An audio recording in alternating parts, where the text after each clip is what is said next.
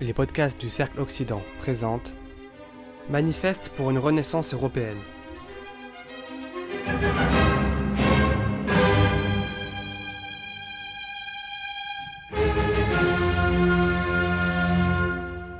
Situation. Toute pensée critique est d'abord une mise en perspective de l'époque où elle se déploie. Nous nous situons aujourd'hui à une période charnière, un tournant en forme d'interrègne qui s'inscrit sur fond de crise majeure, la fin de la modernité. 1. Qu'est-ce que la modernité ? La modernité désigne le mouvement politique et philosophique des 3 derniers siècles de l'histoire occidentale. Elle se caractérise principalement par 5 processus convergents. L'individualisation par destruction des anciennes communautés d'appartenance, la massification par adoption de comportements et de modes de vie standardisés, la désacralisation par reflux des grands récits religieux au profit d'une interprétation scientifique du monde, la rationalisation par domination de la raison instrumentale à travers l'échange marchand et l'efficacité technique, enfin, l'universalisation par extension planétaire d'un modèle de société implicitement posé comme seul possible rationnellement et donc comme supérieur. Ce mouvement a des racines anciennes. À bien des égards, il représente une sécularisation de notions et de perspectives empruntées à la métaphysique chrétienne qui ont été rabattues sur la vie profane après évacuation de toute dimension de transcendance. On trouve en effet en germe dans le christianisme les grandes mutations qui ont irrigué les idéologies laïques de l'ère post-révolutionnaire. L'individualisme était déjà présent dans la notion de salut individuel et de rapport intime et privilégié que le croyant entretient avec Dieu, rapport primant tout enracinement ici-bas. L'égalitarisme trouve sa source dans l'idée que les hommes sont tous également appelés à la rédemption, car tous également dotés d'une âme individuelle dont la valeur absolue est partagée par toute l'humanité. Le progressisme naît de l'idée que l'histoire possède un début absolu et une fin nécessaire, son déroulement étant globalement assimilé au plan divin. L'universalisme, enfin, est l'expression naturelle d'une religion qui affirme détenir une vérité révélée, valable pour tous les hommes et justifiant que l'on exige leur conversion. La vie politique elle-même se fonde sur des concepts théologiques sécularisés. Le christianisme, réduit aujourd'hui au statut d'une opinion parmi d'autres, a lui-même été victime de ce mouvement qu'il a mis en œuvre à son corps défendant. Dans l'histoire de l'Occident, il aura été la religion de la sortie de la religion. Les différentes écoles philosophiques de la modernité, concurrentes et parfois contradictoires dans leur fondement, se retrouvent néanmoins sur l'essentiel.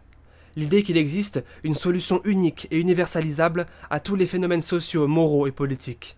L'humanité y est perçue comme une somme d'individus rationnels qui, par intérêt, par conviction morale, par sympathie ou encore par crainte, sont appelés à réaliser leur unité dans l'histoire.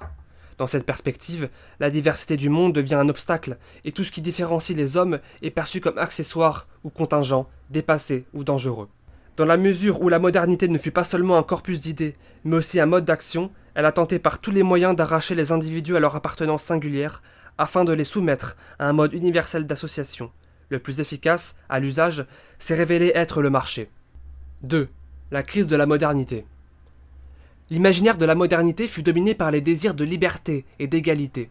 Ces 2 valeurs cardinales ont été trahies. Coupés des communautés qui les protégeaient, tout en donnant sens et forme à leur existence, les individus subissent désormais la férule d'immenses mécanismes de domination et de décision vis-à-vis desquels leur liberté reste purement formelle. Ils endurent le pouvoir mondialisé du marché, de la technoscience ou de la communication, sans jamais pouvoir en décider le cours. La promesse d'égalité a elle aussi doublement échoué.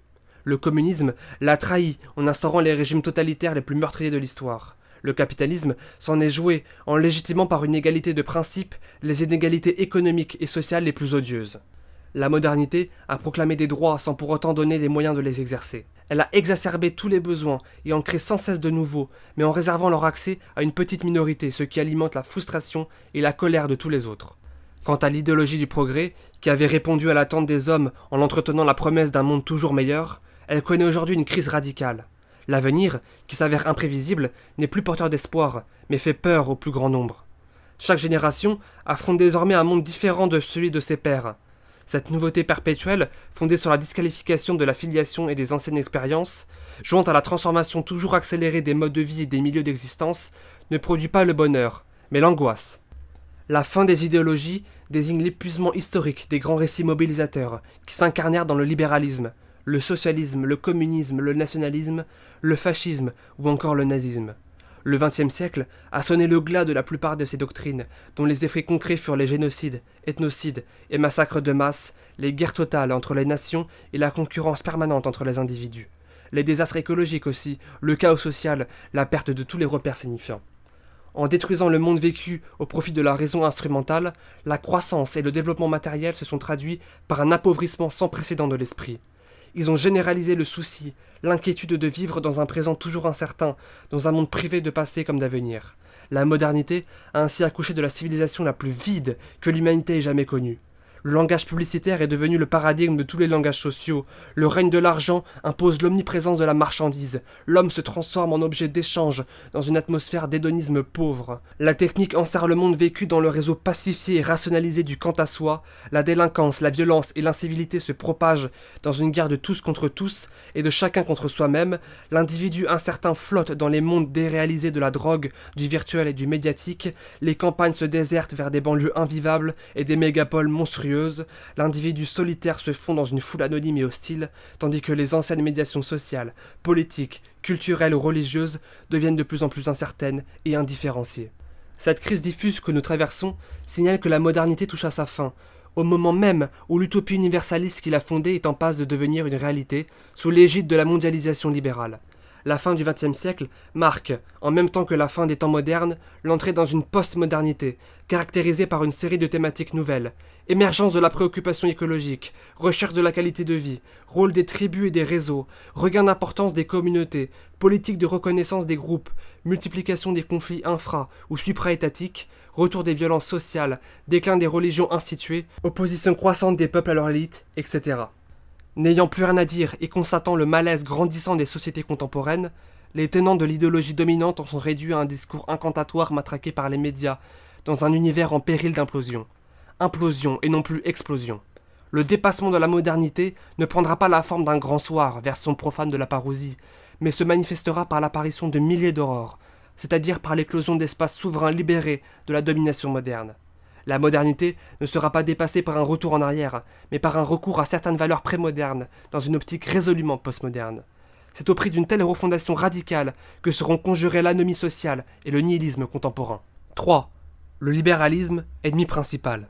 Le libéralisme incarne l'idéologie dominante de la modernité, la première à apparaître, qui sera aussi la dernière à disparaître. Dans un premier temps, la pensée libérale a autonomisé l'économie vis-à-vis de la morale, de la politique et de la société dans lesquelles elle était auparavant encastrée. Dans un second temps, elle a fait de la valeur marchande l'instance souveraine de toute vie commune. L'avènement du règne de la quantité désigne ce passage des économies de marché aux sociétés de marché, c'est-à-dire à l'extension à tous les domaines de l'existence des lois de l'échange marchand couronnées par la main invisible.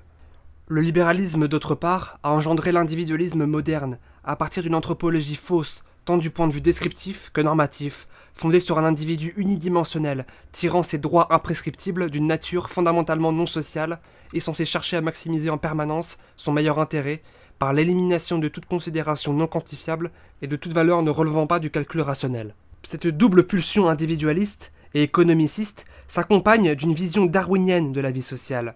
Cette dernière se ramènerait en dernière analyse à la concurrence généralisée, nouvelle version de la guerre de tous contre tous, en vue de sélectionner les meilleurs. Mais, outre que la concurrence pure et parfaite est un mythe, puisque des rapports de force lui préexistent toujours, elle ne dit absolument rien sur la valeur de ce qui est sélectionné. Le pire, comme le meilleur en procède. L'évolution sélectionne les plus aptes à survivre. Mais l'homme ne se contente précisément pas de survivre. Il ordonne sa vie à des hiérarchies de valeurs vis-à-vis desquelles le libéralisme prétend rester neutre. Le caractère inique de la domination libérale a engendré, au XIXe siècle, une légitime réaction avec l'apparition du mouvement socialiste. Mais celui-ci s'est fourvoyé sous l'influence des théories marxistes. Or, en dépit de ce qui les oppose, libéralisme et marxisme appartiennent fondamentalement au même univers, hérité de la pensée des Lumières. Même individualisme de fond, même universalisme égalitaire, même rationalisme, même primat du facteur économique, même insistance sur la valeur émancipatoire du travail, même foi dans le progrès, même aspiration à la fin de l'histoire.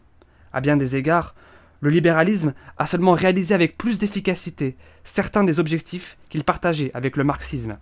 Éradication des identités collectives et des cultures traditionnelles, désenchantement du monde, universalisation du système de production. Les ravages du marché ont provoqué de la même manière l'apparition et le renforcement de l'État-providence. Au cours de l'histoire, le marché et l'État étaient déjà apparus de pair, le second cherchant à soumettre au prélèvement fiscal des échanges intracommunautaires non marchands, auparavant saisissables, et faisant d'un espace économique homogène un outil de sa puissance. Par la suite, la dissolution des liens communautaires provoquée par la marchandisation de la vie sociale a rendu nécessaire le renforcement progressif d'un État-providence, chargé de procéder aux redistributions nécessaires pour pallier la défaillance des solidarités traditionnelles. Loin d'entraver la course du libéralisme, ces interventions étatiques lui ont permis de prospérer en évitant l'explosion sociale, donc en assurant la sécurité et la stabilité indispensables aux échanges.